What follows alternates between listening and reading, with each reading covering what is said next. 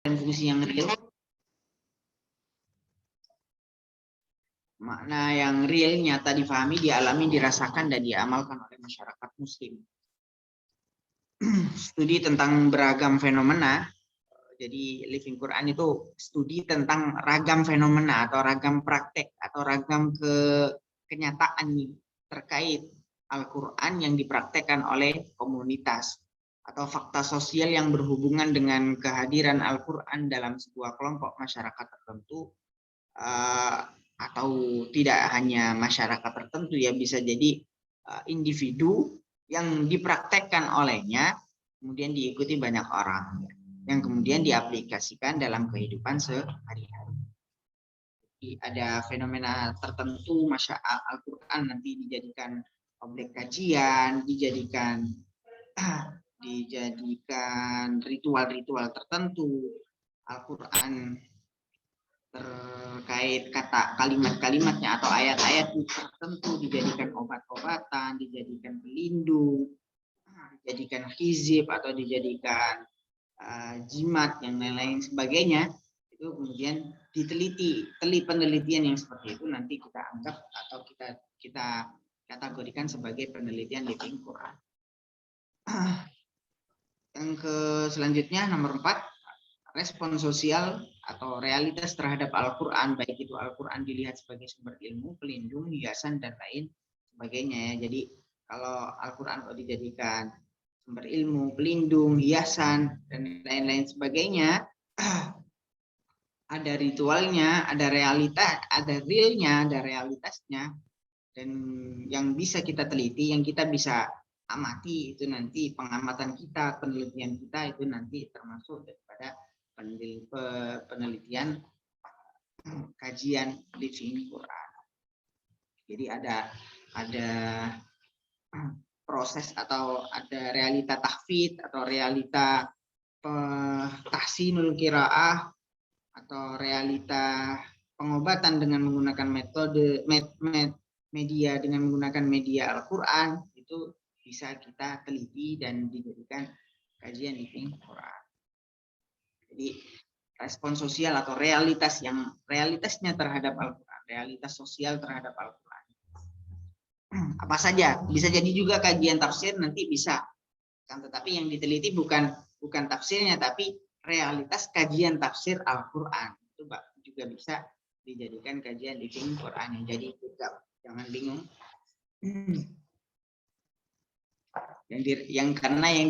Karena yang diteliti itu realitas, jadi kajian tafsir, pengkajian tafsir, kalau yang diteliti adalah realitas kajian tafsir Al-Quran, itu bisa masuk dalam kajian itu.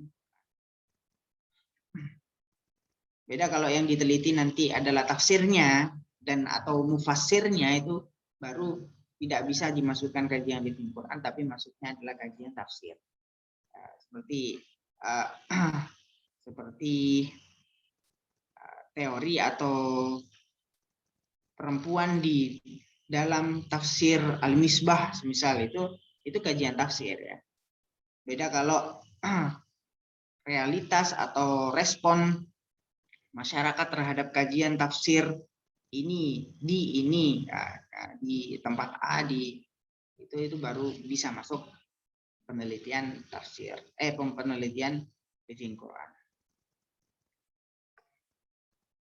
The Living Quran atau Al-Quran yang hidup bisa bermakna Nabi Muhammad, karena ada ungkapan kana khuluquhul Quran. The Living Quran, Al-Quran yang hidup bisa bermakna Nabi Muhammad. Bisa bermakna juga kalau karena ada ungkapan kana khuluquhul Quran, itu bisa juga kalau kita juga bisa masuk. Misal Mbak Lia Nurli ya Azizah, ya kanat khuluquhul Quran, ya. Kanat khuluquhul Quran, karena memang atau bisa dianggap itu yang dari bangun tidur sampai tidur lagi semuanya Quran, terus bangun tidur terus setelah makan dengan menggunakan cara Al-Quran, dengan cara mengikuti Nabi Muhammad, dengan cara sunnahnya Nabi Muhammad, yang secara tidak langsung berarti khuluquhul Quran, ya. Seperti itu nanti bisa juga diteliti kalau mbaknya seperti itu. Juga bisa bermakna sebagai suatu masyarakat yang kehidupan sehari-harinya menggunakan Al-Quran sebagai kitab acuannya. Pokoknya sedikit-sedikit Al-Quran, sedikit-sedikit Al-Quran. Ini juga bisa menjadi bumerang atau bisa menjadi keberatan kita ya. Sesuatu yang memberatkan kita dianggap sebagai mahasiswi atau mahasiswa atau pengkaji Al-Quran atau bahkan penghafal Quran, itu ya sedikit-sedikit harus diidentikan dengan Al-Quran, nggak boleh kemudian kita nakal. Kalau nakal sedikit dikasih pertanyaan kemana Qurannya, gitu. Bersuara keras sedikit, kemana Qurannya? Jadi kalau kita rasakan memang berat ini jadi penghafal Quran. Berat secara individual, berat secara sosial ya. Sosial karena itu tadi dianggap, saya ketika seperti di asramanya saya dulu kan biasa tuh anak laki-laki kalau nonton bola sambil bersuara keras. Kalau ada tim yang salah sambil ejek-ejekan, keluar kata-kata yang semestinya tidak keluar, terus sampai pernah dukoin atau digotopin masuk sebelah. Kasih pertanyaan seperti Qurannya di mana? Qurannya di mana kok suaranya seperti itu? Dijawab sama kita Qurannya di rak masjid. Gak boleh seperti itu ya. Adalah studi tentang Al-Quran tetapi tidak bertumpu pada eksistensi tekstualnya, melainkan studi tentang fenomena sosial yang lahir terkait dengan kehadiran Al-Quran dalam wilayah geografi tertentu dan mungkin masa tertentu pula. Jadi studi Living Quran ada studi yang tidak menekankan pada tekstualnya tapi melainkan tentang fenomena sosial, fenomenanya, gejala-gejalanya di situ atau ritual-ritualnya kenapa kok seperti itu, alasannya mereka itu apa gitu ya. Jadi yang dikaji itu seperti itu, bukan teksnya, bukan mengotak-atik teksnya, tapi ritualnya yang kita pertanyakan atau kita jadikan objek kajiannya. Karena masing-masing ini juga ada kalimat yang lahir terkait kehadiran Al-Quran dalam wilayah geografi tertentu ya. Wilayah geografi atau wilayah atau sosial tertentu, kondisi sosial tertentu itu mempengaruhi bagaimana ritual tahfidz di pondok satu dengan yang pondok lain itu berbeda, menggunakan metode, mereka masing-masing mempunyai cara, itu juga bisa dijadikan atau masa-masa tertentu dulu ada kok sekarang tidak ada, itu juga bisa menjadi salah satu kajiannya. Oke. Diskursus studi tafsir dan studi Living Quran. Perbedaan antara keduanya ini adalah kajian seputar Al-Quran pada awalnya lebih banyak diarahkan kepada kajian teks atau bisa disebut dengan hadharat nas. Pada awalnya memang kajian-kajian tafsir atau tafsir-tafsir klasik yang belum modern atau kontemporer, yang dikaji memang tafsirnya atau kalimat per kalimat dalam Al-Quran kemudian ditafsirkan, dicari terjemahnya, dicari maksudnya, dicari penafsirannya, bukan secara kompleks harus melibatkan kondisi sosial, kondisi geografi dan lain-lainnya.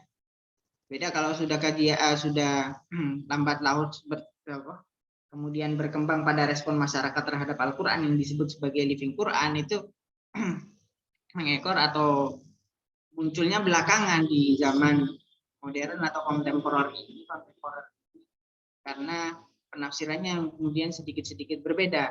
Seperti muncul juga penafsiran yang berbentuk adabi ijtimai seperti yang dibawakan oleh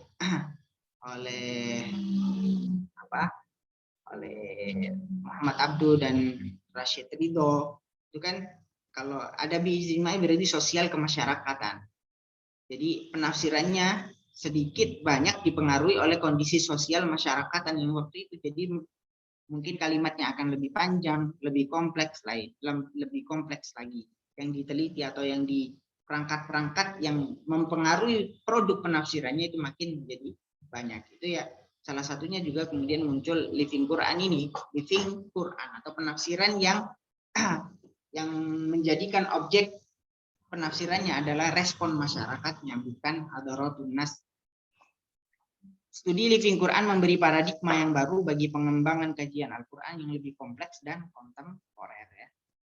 Studi Living Quran mengkaji fenomena sosial yang lahir atas adanya interaksi antara manusia dengan Al-Quran.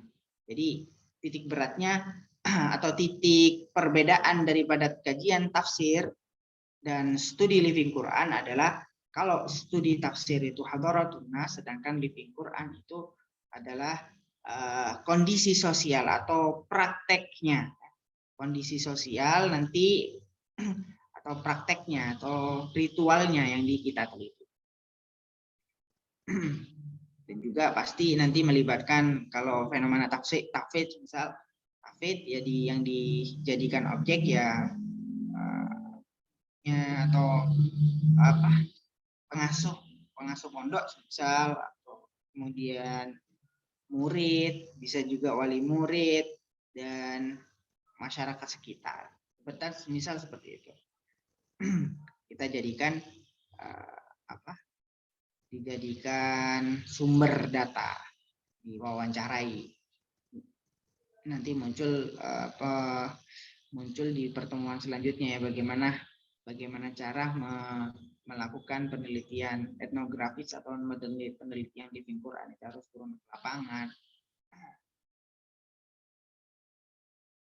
Diskursus kajian Living Quran dicetuskan oleh para orientalis dan bahkan non-muslim. Ini karena memang mungkin lebih maju daripada kita. Mereka lebih berani, orang barat lebih berani menonjolkan kajian mereka atau hasil kajian mereka daripada kita yang kita sedikit atau mungkin sedikit malas. Perbedaan antara studi tafsir dengan Living Quran terletak pada objek kajian serta metode yang dipakai.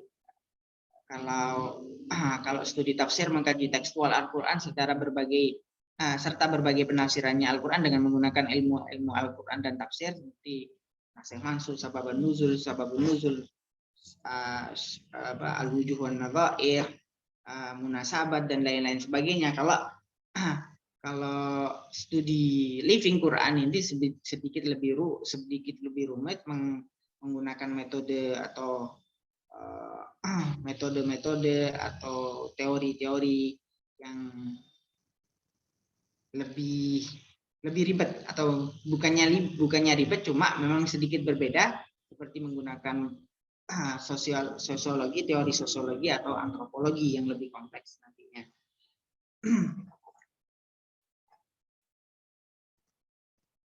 Oke. Ragam respon umat Islam terhadap Al-Quran ini banyak sekali ya. Awalnya hanya dibaca dan dihafalkan kalau dulu. Al-Quran dibaca bahkan dihafalkan. Seperti yang Mbak sedang tekuni sekarang ini. Al-Quran ditafsirkan bahkan ditakwilkan. Ditafsirkan dan ditakwilkan, ini ada sedikit perbedaan antara tafsir dan takwil. Ini tidak usah saya panjang lebarkan ya. Kalau tafsir ya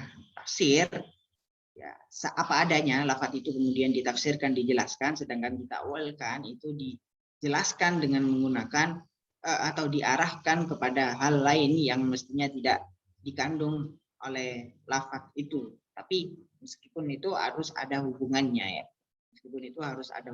Harus kalau antara syibah atau musyabbah bih itu harus ada persamaan gitu. Kalau dikatakan dengan menggunakan musyabbah bih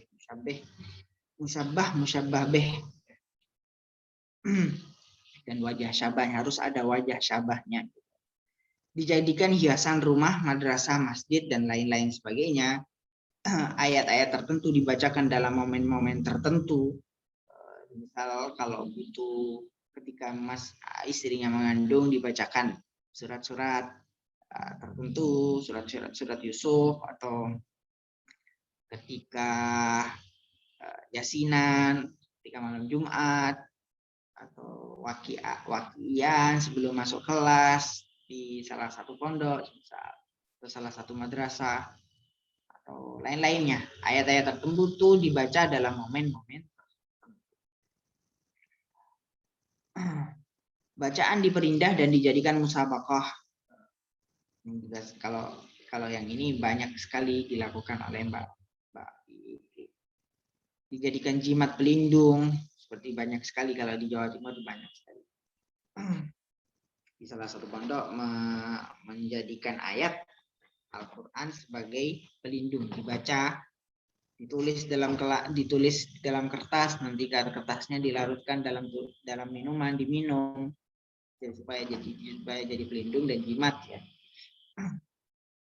Kemudian sebagai perantara kesehatan, atau dijadikan wirid seperti setelah hatam Al-Quran, setelah selesai hafalannya dikasih ijazah untuk mewiridkan Al-Quran 40 hari, hatam dalam 40 hari secara berurutan, secara mualah atau secara nuli-nuli. Kalau ada bolongnya ngulangi lagi dari awal. Itu kalau di Kenape ada seperti itu. Living Quran juga dapat dikatakan sebagai Quranisasi kehidupan, yang artinya memasukkan Al-Quran sebagaimana Al-Quran tersebut dipahami ke dalam semua aspek kehidupan manusia, atau dijadikan kehidupan manusia sebagai suatu arena untuk mewujudkan Al-Quran di bumi ya. Seperti dijadikan kesehatan tadi ya, karena Al-Quran apapun bisa dilakukan, atau di dalam Al-Quran itu ada apa saja, kemudian bisa dijadikan atau dijadikan ajang Quranisasi apa-apa sedikit-sedikit Al-Quran, karena memang ya patut untuk dijadikan seperti itu. Misal dijadikan kesehatan saja, karena memang diindikasikan oleh Al-Quran dalam ayat kan, wa nunazzilu minal Qur'ani ma huwa syifaa'u wa rahmatul lil mu'minin wa syifaa'ul lima fis sudur, dan ayat dari dalam ayat wa syifaa'ul lima fis sudur wa hudan wa rahmatul lil mu'minin. Syifa' fis sudur saja bisa, apalagi syifa' yang zahir. Syifa' fis sudur saja bisa mengobati penyakit-penyakit dalam hati, kegalauan, kesusahan. Membaca Al-Quran beres, membaca Al-Quran bisa sembuh, bisa tenang lagi, sumpek memikirkan skripsi dengan membaca Al-Quran, insya Allah bisa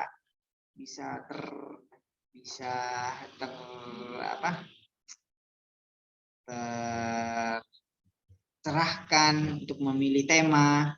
Saya dulu ketika nulis tesis juga itu baca Al-Quran, tapi sebelumnya dibarengi dengan membaca literatur ya, kemudian dimantapkan dengan membaca Al-Quran, membaca tafsirnya, diangan-angan ketika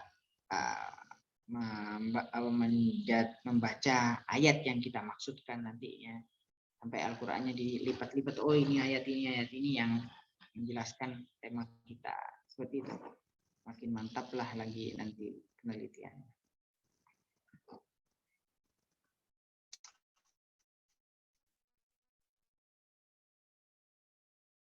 Hal-hal yang peneliti Living Quran semata-mata berusaha melakukan pembacaan objektif terhadap, tidak bertujuan untuk menyalahkan, tidak bertujuan untuk mencari kebenaran yang semestinya, itu tidak. Jadi peneliti Living Quran berusaha melakukan pembacaan objektif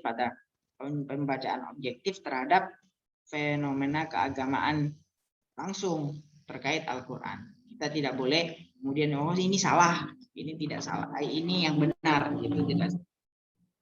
Kita hanya mendeskripsikan saja. Jadi sedikit mudah. Makanya saya katakan mudah meneliti Living Quran ini, atau menjadikan objek kajian Living Quran ini sebagai tugas akhir. Karena paling tidak bab 1 total, bab kedua setting historis. Bab ketiga ritualnya itu bagaimana. Bab keempat analisis sedikit tentang teori. Kalau teori menggunakan resepsi nanti kita jelaskannya di pertemuan keempat atau pertemuan ke-6 atau 5 gitu ya. Itu sudah selesai. Kalau 5 kesimpulan ya. Paling tidak di bab keempat mencantumkan resepsi dari informannya. Kalau di tafid ya guru syekhnya atau ustadznya, kemudian pengurusnya, santrinya, kemudian muncul resepsi dari mereka semua itu bagaimana disimpulkan dalam bab ke-5. Udah selesai. Di film Quran tidak dimaksudkan sebagai pemahaman individu atau masyarakat dalam memahami atau menafsirkan Al-Quran, akan tetapi bagaimana Al-Quran itu direspon, dipahami masyarakat, tim gitu saja. Masyarakat tidak kita ketika sudah mendapatkan sebuah realita itu tidak bisa juga dikatakan benar dan salah karena hanya kita melakukan pembacaan objektif saja. Tujuan penelitian di film Quran adalah untuk menemukan makna dan nilai-nilai. Ini tujuan utamanya hanya untuk menemukan makna dan nilai, ide atau sesuatu yang mereka yakini benar, yang melekat pada sebuah fenomena sosial keagamaan berupa praktek-praktek ritual yang berkaitan langsung dengan Al-Quran yang diteliti. Ada yang prakteknya itu hanya berdasarkan intuisi tanpa dibarengi dengan dalil-dalil yang lain, itu juga ada. Seperti mereka ada intuisi atau keyakinan tanpa kalau intuisi itu sesuatu keyakinan tanpa dibarengi dengan penalaran yang lebih jauh, itu juga bisa. Mereka berpikiran ada salah satu kiai berkeyakinan bahwasanya ayat ini bisa menyembuhkan, dipraktekkan dan ternyata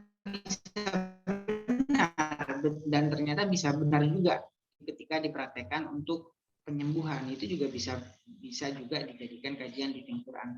Makanya itu tadi tidak kita bertujuan atau penelitian di Quran semata-mata hanya melakukan pembacaan objektif dari objek yang kita kaji. Contoh living Quran pada masa awal Islam ya banyak sekali ya. Ini diantaranya Sayyidina Abdullah bin Abbas yang terkait surat Tabarak, beliau mendapatkan periwayatan, mendapatkan informasi dari Nabi Muhammad SAW bahwasanya ketika dibacakan surat Tabarak ini sering mendawamkan atau sering mengistiqomahkan bacaan surat Tabarak, maka akan saat ia tidur maka dibaca ketika membaca saat ia akan tidur, maka dengannya ditulis baginya 30 kebaikan, dihapus 30 kesalahan, diangkat untuknya 30 derajat dan dilindungi oleh malaikat dan nanti menjadi teman di kubur nantinya.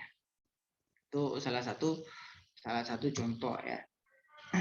Jadi bisa jadi fenomena-fenomena atau ritual-ritual di masyarakat itu bisa jadi berdasarkan hadis-hadis seperti ini. Jadi bisa kita gali, oh ternyata idenya dari hadis. Atau yang tidak berdasarkan dalil seperti intuisi tadi, salah satu penelitian di Jawa Timur itu ada. Jadi kalau masalah. Ada juga tentang pembacaan Qul a'udzu birabbil falaq dan Qul a'udzu birabbin nas atau muawwidzatain. Ini tentang perlindungan. Ayat 2 ini, dua surat ini dijadikan perlindungan ya. Berlindung pulalah pada engkau kepada Tuhan dengan membaca kedua surat ini karena tidak ada satupun perlindungan yang lebih baik dari keduanya. Dan aku sering mendengar Nabi Muhammad mengimami kami dalam salat dengan membaca 2 surat. Dan juga pembacaan suratul Ikhlas, atau ketika menemukan ada yang sakit dibacakan surat Ikhlas atau Al-Fatihah kemudian menjadi sembuh atau tahan lapar, paling tidak tersugesti ya oleh hadis, dan akhirnya wallahu a'lam bishawab. Alhamdulillahirabbil alamin. Alhamdulillah.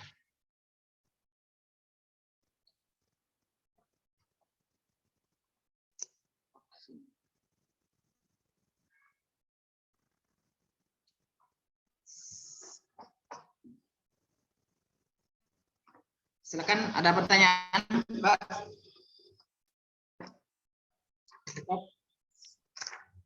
Bapak izin bertanya. Fadilah Ulum ini ya. Ya Pak, mohon maaf sebelumnya enggak on cam.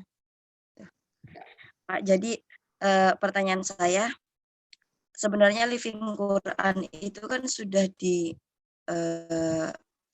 dipraktekkan sejak zaman Nabi gitu ya.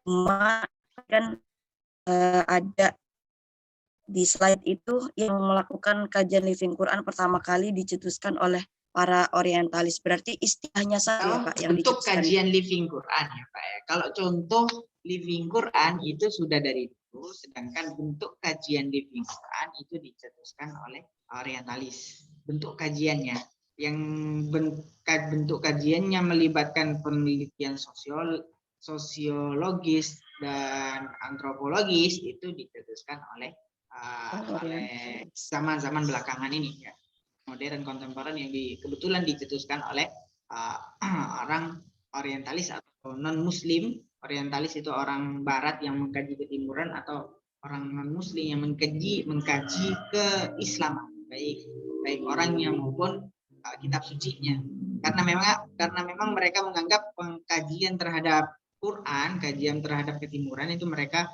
anggap sebagai hal yang prestisius. Ini seperti yang dikatakan oleh Pak Sahiran itu seperti itu.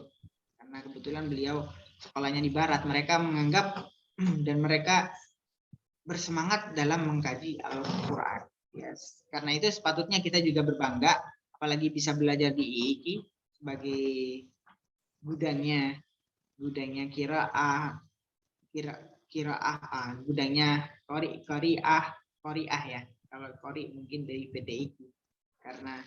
Karena laki-laki atau banin, bahkan banat di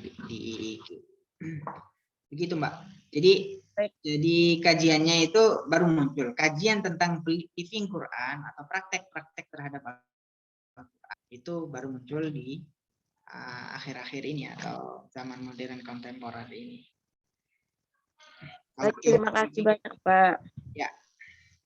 Kalau contoh living Quran atau pemakaian Al-Quran dalam keseharian itu jelas itu pasti dimulai dari awal Islam. Nggak mungkin kemudian Al-Quran nggak dipraktekkan, apalagi masuk baru awal langsung tidak ada yang sama sekali mempraktekkan, padahal sampai sekarang ini. Begitu Mbak. Ya Pak, terima kasih Pak.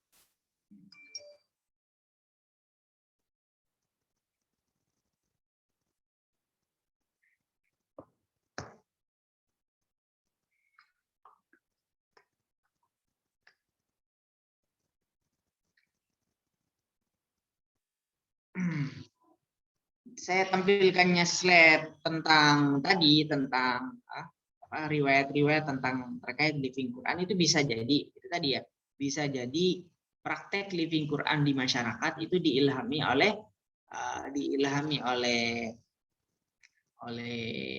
hadis atau riwayat seperti itu, atau tidak berdasarkan intuisi seperti itu tadi, atau berdasarkan memang kebiasaan adopsi sosial kondisi sosial historis pada suatu daerah. Ada misal menggunakan lagu dalam proses tahfidz, dan ada yang tidak, itu juga dipengaruhi oleh kondisi sosial ya. Itu bisa juga dibuktikan dengan cara ada tahfidz yang menggunakan tartil yang yang nggak mau lagu-lagu, ada yang menggunakan lagu-lagu seperti itu. Ada yang kan kalau dilihat dari kitab-kitab pun nggak boleh menggunakan lagu-lagu, ada yang nggak boleh, ada yang memperbolehkan, ada yang memperbolehkan musabaqah, ada yang tidak boleh, kayak di Kudus itu nggak boleh. Kalau Mbak Arwani nggak boleh, dan tidak nanti kalau maksain ikut lagu-lagu, ngikut lomba atau musabaqah, itu nanti nggak diakuin murid. Hanya satu yang diperbolehkan murid Mbak Arwani untuk musabaqah itu hanya guru kita Romo Yai Najib saja. Kalau yang lain nggak boleh. Misal seperti itu.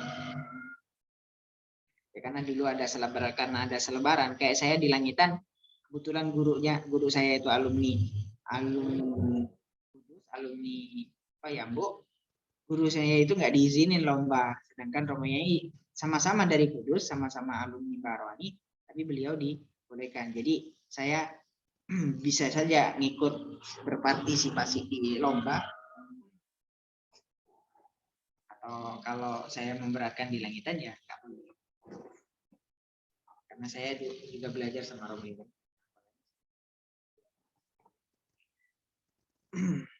Itu juga bisa dijadikan objek kajian teliti. Kan tadi ada contoh dijadikan perlombaan atau dijadikan sama seperti penelitian siapa namanya, ada orang Jerman kalau nggak salah perempuan kemudian mengkaji musabaqah di Indonesia. Apa yang melatar belakangi musabaqah, apa yang menginisiasi, kemudian mereka maksudnya bagaimana musabaqah itu seperti apa. Ada lagi Mbak mungkin 36 orang.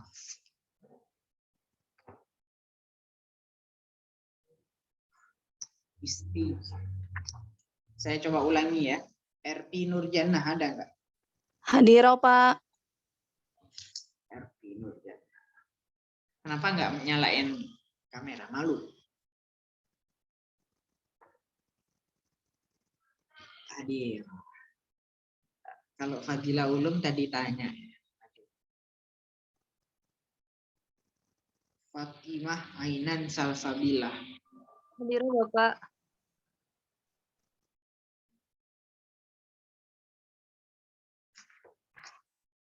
Feni Sutikayani.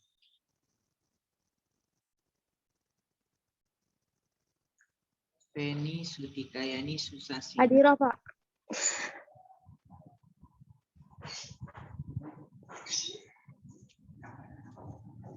Fitri Amalia. Fitri Amalia izin vaksin. Fitri karena sedang vaksin. Oke. Hana Fauzia. Hadir, Bapak. Abiyatin Nurul Hikmah. Hadir, Pak. Hilyatus Zakiyah. Hadir, Bapak. Oh. Ya ternyata wajahnya beda sama istrinya teman saya. Kok masih istrinya teman sama Bapak? Irtika Nisa. Hadir, Kan Pak. kalau pakai kamera kayak gitu kan jadi nggak kan nggak enak kalau saya nggak nyapa sahabat, istri sahabat saya. Irtika hadir. Hadir, Pak. Isti Nur Aisyah. Isti tadi ada. Isti Nur Aisyah hadir. Hadir ya? Mana mbaknya?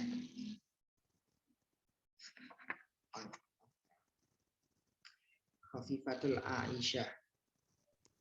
Hadir, Bapak. Khafifatul Aisyah. Lina Hilmatun Nida. Lina Hilmatun Nida. Hadir, Bapak. Iya, oke. hadir.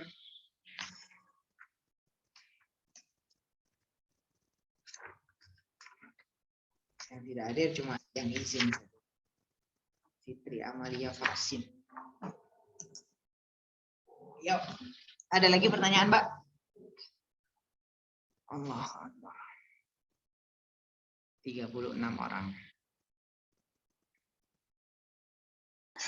Bapak Feni Sutikayani izin bertanya. Ya, silakan, Mbak. Maaf ya, Pak. Oke. Nggak boleh. Nanti saya keluar, Pak, kalau on cam lagi, Pak. Oke. Pertanyaan saya, tadi kan Bapak sudah menjelaskan tentang kajian Living Quran itu berkaitan erat dengan kajian sosiologi dan antropologi karena berhubungan dengan kemasyarakatan, Pak. Nah, untuk metodenya sendiri itu bisa dilakukan dengan metode apa, Pak? Untuk misal kita mau ambil skripsinya kajian Living Quran misal, Pak. Itu pertanyaan pertama. Untuk pertanyaan kedua, kan kajian Living Quran itu terjadi di lingkungan atau masyarakat tertentu saja. Misal lingkup masyarakatnya itu hanya di dalam satu pesantren saja, Pak. Apakah itu bisa dikatakan kajian Living Quran atau lingkup masyarakatnya itu harus besar gitu, Pak? Makasih, Pak. Apakah harus tadi saya berkata kenapa harus kondisi sosial histori, sosial antropologi? Ya memang biasanya muncul, Mbak ya, tapi tidak harus muncul karena juga bisa menggunakan metode tidak karena bisa juga hanya menggunakan metode atau teori resepsi. Kalau teori resepsi itu bisa jadi hanya tidak hanya apa yang dikaji adalah resepsi dari pelaku saja, resepsi pelaku ya, resepsi pelaku maksudnya nanti gurunya atau santrinya atau pengurusnya itu nanti menggunakan teori resepsi. Tapi nanti teori-teori itu nanti juga muncul di teorinya siapa? Thomas Lukman, bisanya juga seperti itu, atau teori pemahaman, atau teori, kalau teori pemahaman juga nanti bukan sosial ya. Teori siapa kemarin di teori yang di RPS kan di situ ada dua pilihan teori ya. Siapa namanya? RPS.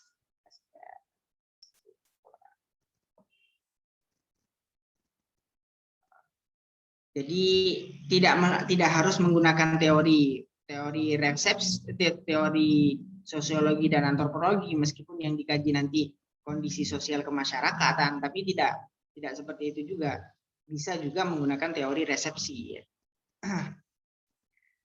Hanya saja karena memang Living Quran itu muncul di masyarakat dan pasti ke masyarakat itu karena masyarakat adalah masyarakat sosial, maksudnya bersosial, sifatnya bersosial, pasti juga muncul nanti sedikit-sedikit tentang kesosialan. Jadi patut untuk dijadikan teori sosial itu patut untuk dimunculkan dalam penelitian di Quran. Di pertemuan ada pendekatan fungsionalisme dalam teori sosiologi ya. Itu di pertemuan ke-7 nanti ada Max Weber tentang pendekatan pemahaman nanti dimunculkan dalam pertemuan ke-7. Terus tentang kondisi kemasyarakatan, apakah Living Quran itu harus berada pada masyarakat dengan skup yang lebih besar? Tidak seperti itu juga. Semisal di pesantren juga bisa. Bahkan tidak di pesantren, bahkan individual yang kemudian diikuti oleh banyak orang itu juga bisa. Praktek tentang Al-Quran yang dipraktekkan oleh individu seseorang itu bisa juga dijadikan kajian Living Quran. Begitu, Mbak. Mbak Feni, halo. Iya, Pak. Kalau untuk metodenya sendiri, Pak, metode penelitian untuk kajian Living Quran itu bisa pakai metode apa saja, Pak? Metode penelitian Living Quran, teori atau metode maksudnya? Metode. Iya, Pak, metode. Ya, metode penelitian itu, penelitian lapangan, ya metodenya dengan menggunakan dengan terjun ke lapangan, dengan wawancara, seperti penelitian etnografis nantinya. Jadi kan di situ juga nanti di pertemuan ke-6 ada pengumpulan data, langkah-langkah dalam penelitian living, ya betul juga pertemuan ke-6. Metode. Baik, Pak. Kayak gitu ya, metodenya wawancara biasanya kalau penelitian living Quran. Meskipun juga nanti dibarengi dengan library research. Ya. Dan kategori daripada penelitian living Quran ini adalah penelitian kualitatif berbasis lapangan. Karena itu dituntut untuk langsung terjun ke lapangan, wawancara dan lain sebagainya. Begitu, Mbak. Oh, saya kira teori atau pendekatan ya. Makasih, Pak.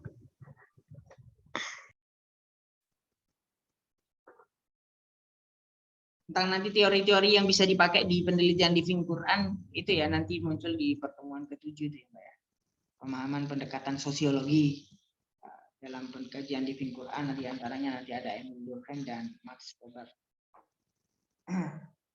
Yang paling sering ya juga teori resepsi ya, pendekatannya pendekatan bukan pendekatan apa, teori resepsi, atau nanti muncul kalau teori resepsi di pertemuan ke-4 besok ya, resepsi alutas.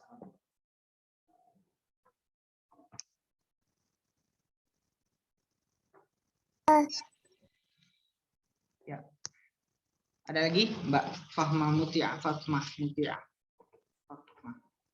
Tidak, Pak. Cukup.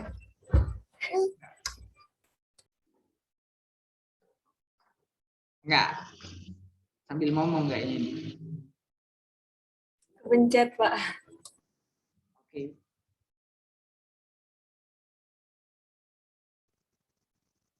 Ada lagi, Mbak? Tadi yang ditanyain Mbak Feni Sutikayani itu maksudnya langkah-langkah kan dalam penelitian atau metode atau langkah-langkah ya? Iya, Pak. Dua-duanya, Pak. Oh, itu nanti lebih jelasnya nanti kita bahas di pertemuan ke-6. Baik, Pak. Terima kasih banyak, Pak. Jadi itu tadi penelitian living Quran adalah penelitian yang Tidak tahu. Bagaimana ini? Penelitian kualitatif berbasiskan data lapangan. Jadi ya langkah-langkahnya ya kita turun ke lapangan, wawancara, nanti metodenya itu bagaimana, bisa jadi ngobrol biasa, bisa jadi sowan secara ke santri ke guru, santri ke kiainya gitu, saya bawa makanan, atau kalau ke temannya sendiri atau bahkan ke lembaganya sendiri atau pesantrennya sendiri juga malah lebih enak, malah lebih santai. Begitu, Mbak. Pastinya mengambil data-data di pesantren seperti itu tadi kan, kalau sampelnya di pesantren sambil sejarah pesantren itu bagaimana, strukturnya bagaimana, struktur kepengurusan, struktur kepengasuhan itu bagaimana. Kalau untuk mencari cara-cara penghafal Quran di pesantren tersebut ya ditanyakan ke pengurusnya, ditanyakan ke atau ditanyakan ke pengasuhnya ya, metode tahfidz di situ seperti itu.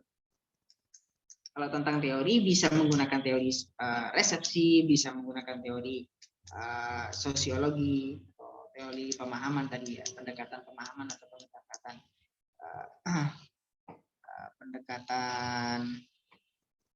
fungsionalisme.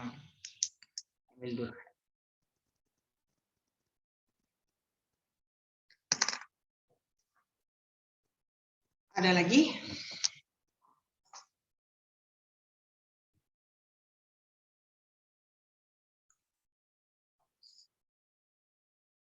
Jam 8.36.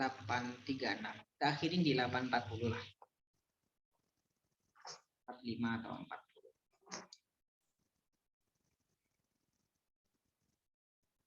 Ada yang muskil lagi? Silakan.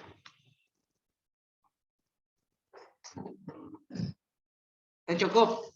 Kayaknya udah. Cukup ya?